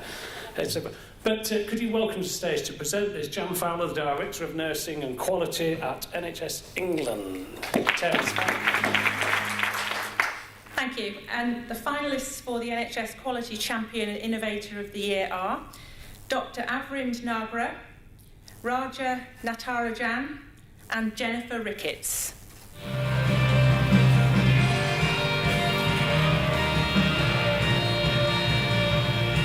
Without the hard work, help and support of my amazing team, one person can't have all the answers.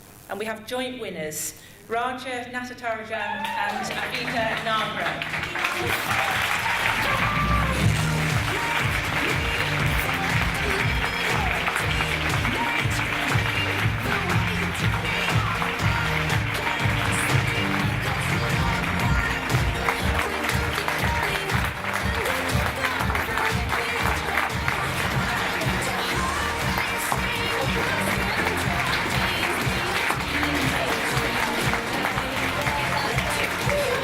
To introduce the nominations to you, could you welcome to the stage Debbie Fleming, the Area Director for NHSC? Well, everywhere we go across the NHS, we see some great examples of leadership. So it's a real privilege to have the opportunity to present the award for the Emerging Leader of the Year. So I'd like to just confirm the names of the finalists. There's Gary Cleave from Salisbury, Peter McGrain from Oxford, and Dr. Mayak Patel in Southampton. So let's hear a bit about them.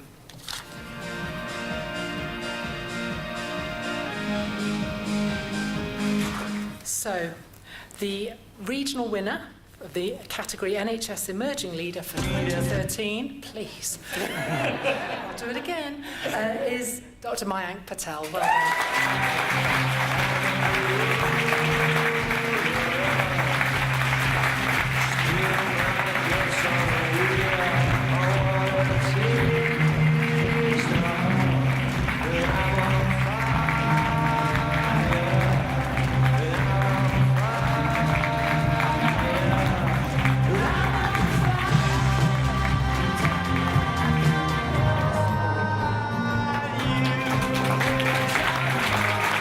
crack on then with Inspirational Leader of the Year. Wow. And again, to announce this, could you welcome Peter Hill, Chief Executive of Salisbury NHS Foundation Trust. There is somebody else, that's my little error there. I should check my notes in front of me. Can we welcome Tim Richardson as well, one of the sponsors of the day from Waverley Learning Limited.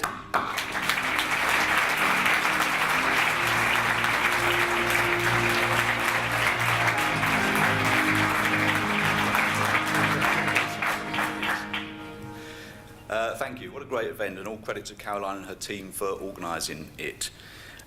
We had a very pleasingly high number of nominations for this award, the Inspirational Leader of the Year. So to get to the regional final is incredibly impressive in its own right. The finalists are Andy Einan, Steph Hayward and Phil Hyde. So run VT.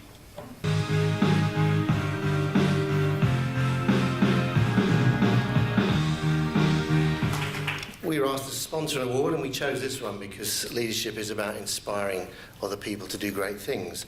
And this person does it really well. The regional winner is Phil Hyde. I should introduce Trish McGinty, who is collecting it on Phil's behalf. Tonight's gonna be a good night. Tonight's gonna be a good night.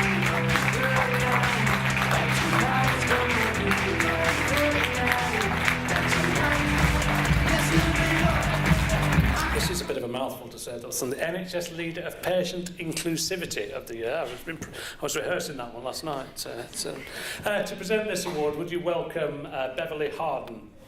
She's representing AMPs. Thank you, Dave. You've practised all night. I practised all the way here in the car, so I'm there. I won't say it again because you said so beautifully the first time. Thank you. The finalists for Patient Inclusivity Award are Modelling the Change We Want to Be, Maggie Cherry and Fiona Hall. Fabulous. Thank you very much. And the winner is, for the region, Maggie Cherry.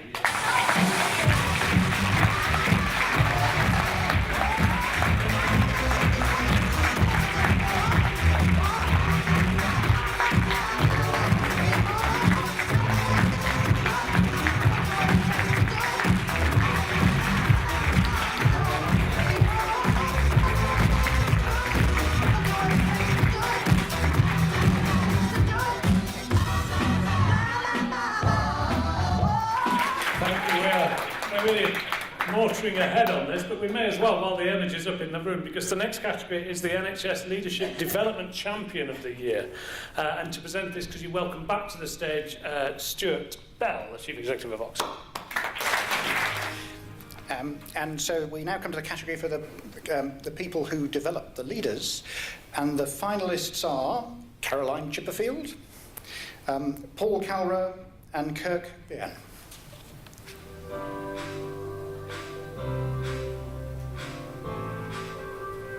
And the winner is Kirk Vian.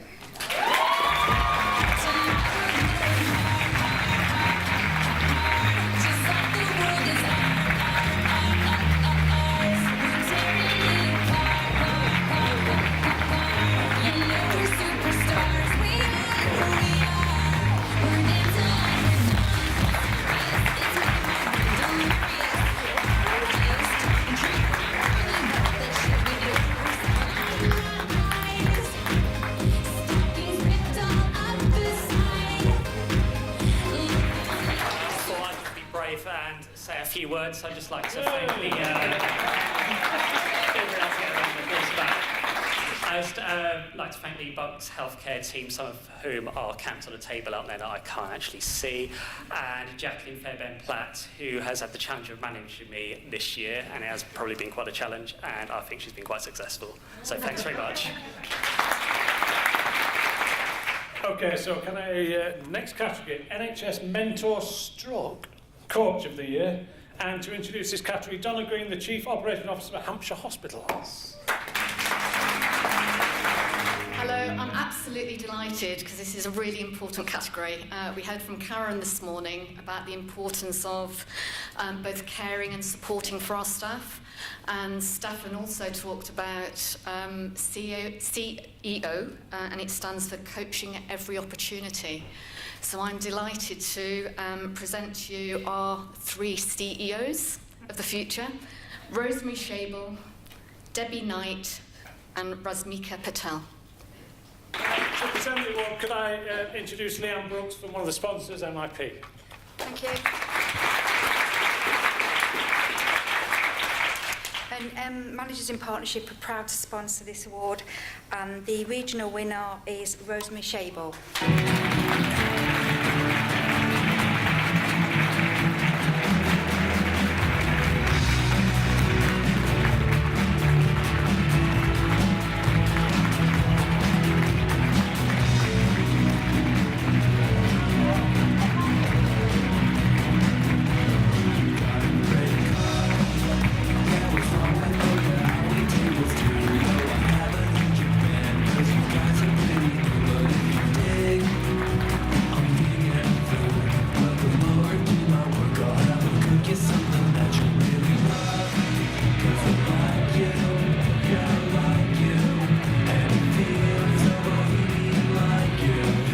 Let's keep going then. So this is great energy. So NHS Partnership, the System Leader of the Year. And to announce this award, can you welcome to today Dominic Hardy, Regional Director of Operations, NHS England South. Thank you, Dave, and also winner of the longest job title in the room, I should think. I'm absolutely delighted to be invited to present this award. I'd like to thank Caroline and her team for all their support from the Leadership Academy over the course of the year. This award really resonates with me. I don't think, as Stefan was reminding us this morning, there's anything more that's the essence of great leadership than being able to connect with other people, build partnerships, and use them to lead effectively across systems. The finalists for this award are the Berkshire West CCGs, all 4 of them, Steve Brazier and Yvonne Taylor. Let's hear a bit from them. And the regional winner of this category is Steve Brazier. Congratulations.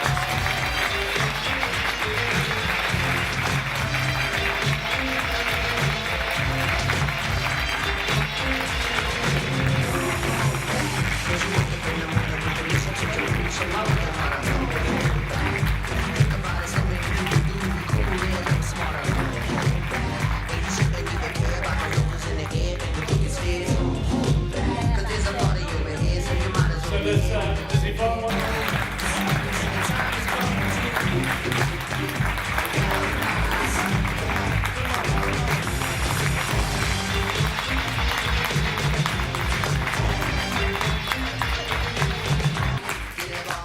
Thanks very much for the award. I must admit, when Sandra told me she'd put my name forward, it was one of those moments. It was a mixture of being proud for the nomination, but also slight trepidation about the work we were involved in, which is extremely challenging. We all know with the cuts in terms of funding, particularly in Southern Health with CQ21 and council cuts to funding, the difficulties we had were really, we thought at sometimes insurmountable. I think the work with the Trust and their confidence to work with us jointly, and we had 5 separate branches working across a large part of the South involved in this. So there was not just myself, but I had 2 of my full-time officer colleagues, Mike's in the room, and Calvin, and also a number of stewards involved in this. But I think the real award really is on behalf of the members concerned, who had a really difficult decision to make, to work with us and trust us as well, the staff working for the Trust. And I think the partnership with the Trust, the staff, our members, and it's really pleasing that that's been recognised in this award. So thank you very much indeed, and thanks, Simon.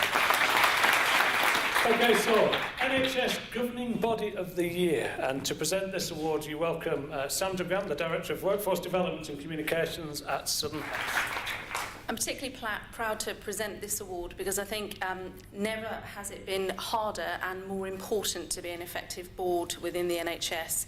And also because obviously by having an effective board it enables leadership at all levels across a trust, so particularly important award, this one I think. And the finalists are Portsmouth Clinical Commissioning Group, West Hampshire Clinical Commissioning Group and Salisbury Patient Experience Governor Group. And we have joint winners, and they are Portsmouth CCG and West Hampshire CCG.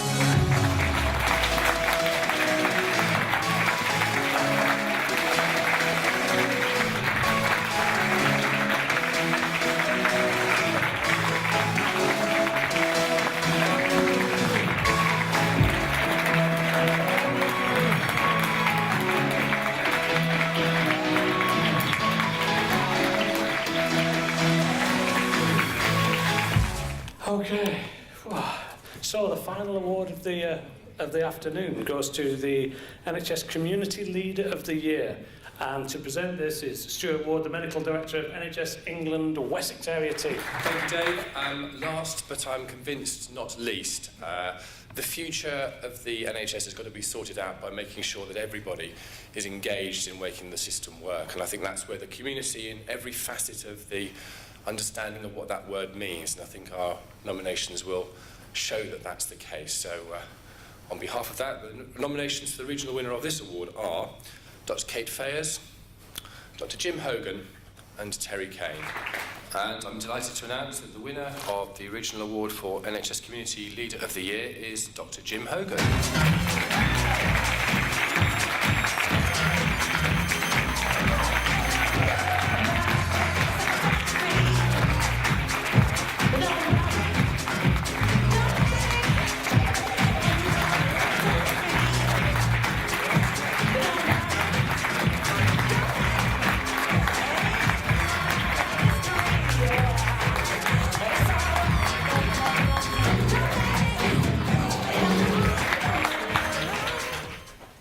Told I've got to say something, so I will say something.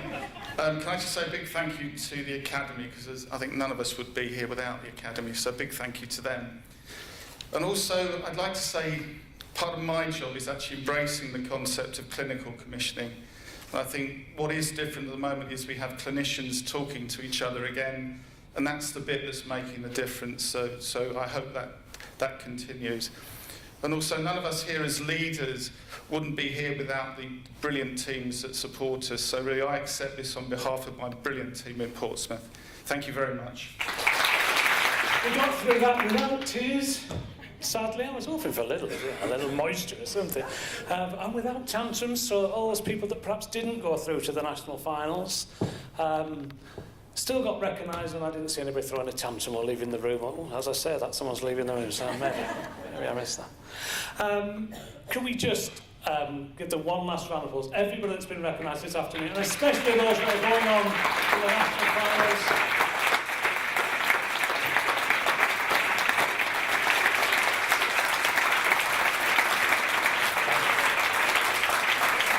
And welcome back to the stage, Karen Lyons. Johan saw too. What a fantastic, just delight to spend an afternoon recognising so much fabulous work in the NHS. And as Dave and colleagues mentioned, all of those that have won regional awards today will be going forward to a national award ceremony early next year. I think Caroline will tell me when it is. Early next year? February, thank you very much. So we'll welcome everybody again then. I think bringing together people across the country reminds us of something. The pride and delight that you have in your regional NHS is really warming and heartwarming to hear. What reassures me constantly, despite what to some might look like a disaggregation of the NHS, is that we still do have a single National Health Service for all of our patients and communities, and we are much more bounded by those things that we have in common and the common purpose that we share than we are separated by differences. So I hope people get pleasure out of the National Awards ceremonies as well. I'm going to be very brave and ask you to do something now, having clapped and cheered rightly the winners today. I'm going to go back to saying something I touched on earlier, that a quiet whispered thanks can be incredibly powerful. Shouting from the rooftops about people's success can be even more powerful. But I'd like you all to do this. Could you please stand up? And I want you to turn to the person next to you and shake their hands warmly and say, thank you for what you do for the NHS.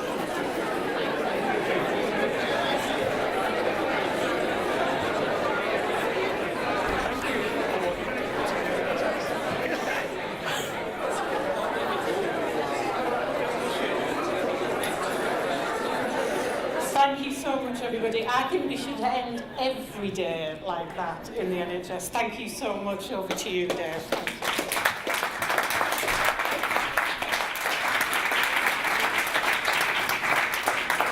Okay, almost over. My job's done. Thank you for being a very obedient audience today. But before we wrap up, we'll start where we finished, and that's the person that's been leading the Academy locally. So welcome back, Caroline Chipperfield. Well, it's my privilege to close, but I hope you believe too has been a fantastic day. So for the whole day, but we do have thoughts from the diary room first. I just wanted to show a few things about what you've said about today. Great successes, and to take a bit of well-deserved time to celebrate some great people in the NHS. How can you use this opportunity to impact and improve patient outcomes? I think for us it's about how we work as leaders, and we know that the evidence shows us when we treat our staff better, that they give better patient care, and good leadership absolutely does that and saves lives. I think meeting with colleagues, finding out new ideas, taking those back to the organisation, carry on doing the things that I'm doing and maybe doing them even better. We forget that people doing the caring But we can do simple things to make real significant changes rather than it has to be complex. I admire anyone who takes on those big... Yeah, mine is Nicola Hartley, who's sat there. My role model is Nicola Hartley. It was through Nicola that I'm doing what I'm doing today, and for me it's the best job ever. Well, Nicola's my boss. That's a foregone conclusion. She's a daily inspiration to the team and what we're trying to do. I'm proud of building the Thames Valley and Wessex Leadership Academy, and I'm also proud of my team and the work that they've put in to make today a success. Are any of you nominated today? Clearly not. Clearly not. They're the sort of people that try to get 5 people in a booth.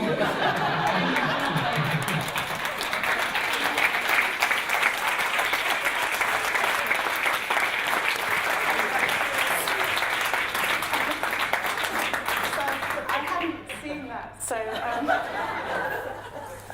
oh dear, congratulations to everybody in the diary room. So it is my pleasure to say some thank yous, and I don't apologise, this is going to end up being a bit of a list, but I do want to make a few thank yous around the room. I'm going to say thank you to Dave first because I forgot him last time, so thank you very much, Dave, for all you've done to support us today to get us here. Stefan and Flo have had to go, but they wanted to pass on their thanks and for the warmth that you showed Stefan this morning and the work that they do with IGH. It's just phenomenal. I'd like to thank Stuart. I can't actually see anybody in the room anymore. I'd like to thank Stuart for the support he's given me as chair to the Leadership Academy this year. And I'd like to particularly thank all the members of the board who've given up their time to do the judging as well as the supporting on a quarterly basis, but also for being here this afternoon. So thank you. It makes my job a lot easier when you guys help me make those difficult decisions.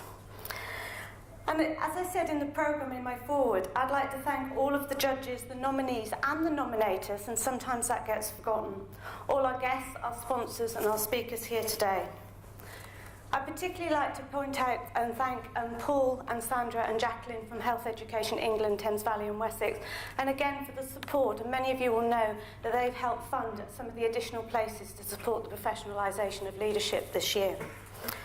And I'd like to thank Managers in Partnership, Leanne and Waverley Learning and Tim for their support to this event, and particularly for Waverley Learning because I know that that's been one off event for them, and that is great, thank you.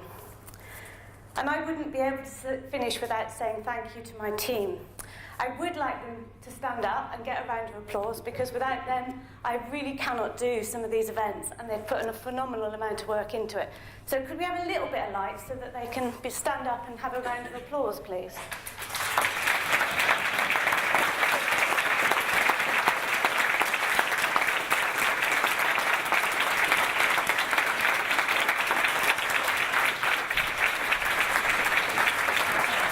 Thank you so much.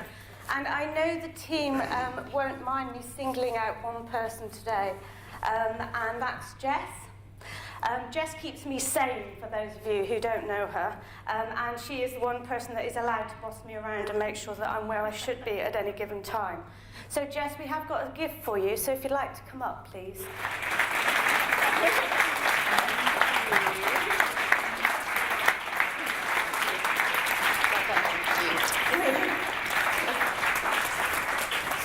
So I've got two quotes to leave you with. I think we've seen one. People know that this is my firm belief that leadership does save lives, and I think we've heard some phenomenal stories from the nominees this afternoon and the finalists about what they're doing for patient care. So whether somebody's an allied professional, a health professional, a doctor, a nurse, a manager, whatever our role is in the NHS, let's really be proud of it, and let's really keep developing leaders for the NHS, by the NHS, for the NHS of the future. So before we do finish, the other thank you I do have is for Synergy, for transforming, what did you call it this afternoon? So now we have a bigger boudoir than our diary booth. But on behalf of everybody, I think we should thank Synergy and for Nikki and her team, and I know they're at the back, and they've worked tirelessly from getting in very late last night because we couldn't get into the room till 7 o'clock. So they were working here till midnight last night, and they'll still be working here when we've long gone or gone to the bar, wherever people are going. So thank you very much to Nikki and her team.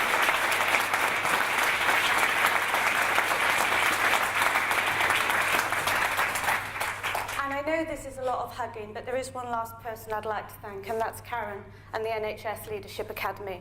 Karen, thank you so much with the personal circumstances for making the time to join us here and for the sponsorship that we've had for these awards, so thank you very much. So my last slide, and I'm paraphrasing Albert Einstein. Some of you heard me say this the other day. It takes a different type of thinking to solve the problem than the thinking which produced the problem in the first place. Godspeed, safe journey, and thank you so much for your support, and we'll see you next year or in February. Thanks very much. Bye-bye.